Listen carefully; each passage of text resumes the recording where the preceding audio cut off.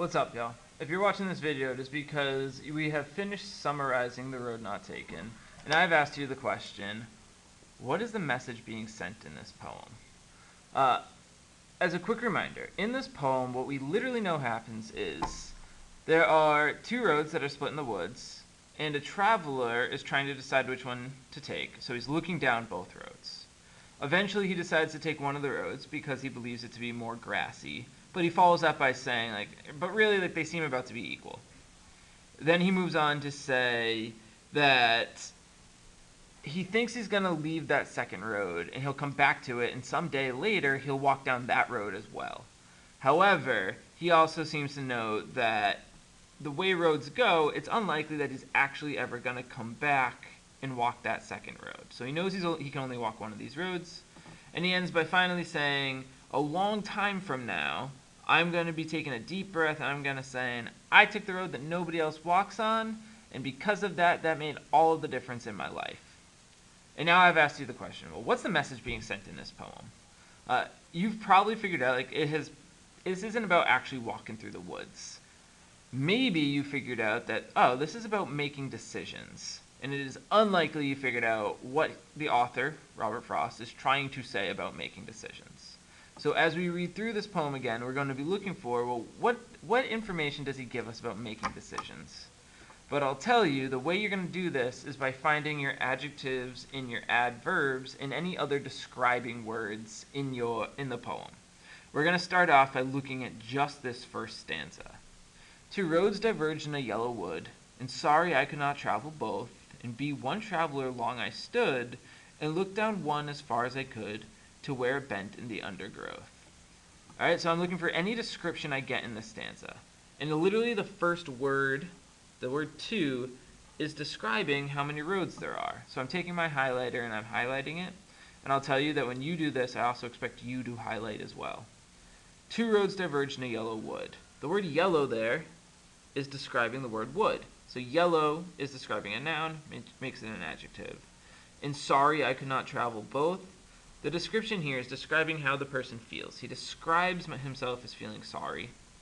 In be one traveler long I stood. There's two adjectives here. The first adjective is the word one, because the word one is describing how many travelers there are. And then long I stood, he's standing there, but he describes how long he stands there by saying long.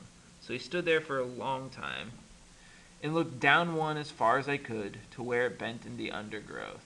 The word down here describes how he's looking. How is he looking? He's looking down. Okay. One, as far as I could. The word far here is also describing how he was looking. He looked down, but he also looked far. Okay. Now, these are all the adjectives in this stanza. There's 7 adjectives describing this stanza. And we need to look through, what information do we really get here? Alright, so the word two is our first adjective. What information do we get from the word two? Okay, two roads. Does that give us much information? We've already got it in our summary, so we're not super worried about it. But right now, we're also looking at the word yellow.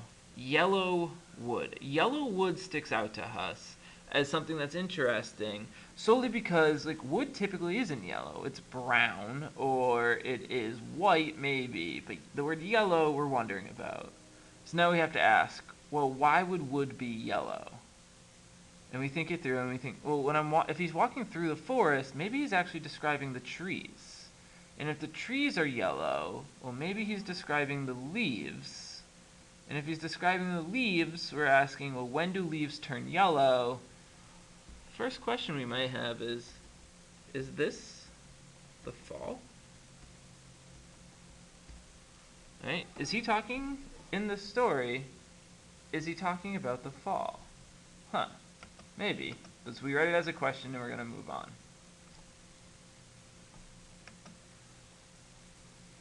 And sorry I could not travel both. And be one traveler long I stood. Alright, so sorry I could not travel both. And again, this is the trick. The word sorry here, does that really matter to us? It tells us how he's feeling. He's disappointed he can't take both roads. So we're going to note that. Is he disappointed?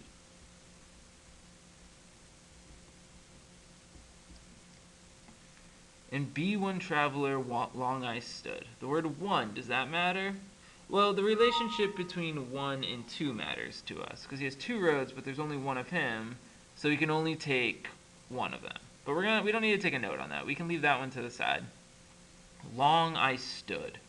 Alright, so he's standing there, and he's standing at 2 roads, and he's standing there for a long time. Alright, we should ask the question, why does he stand for so long?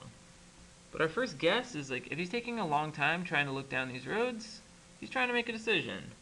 So you're writing down, why is he taking so long?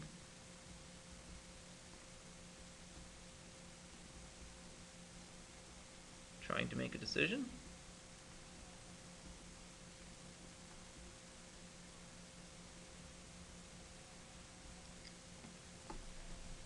To where it bent in the undergrowth.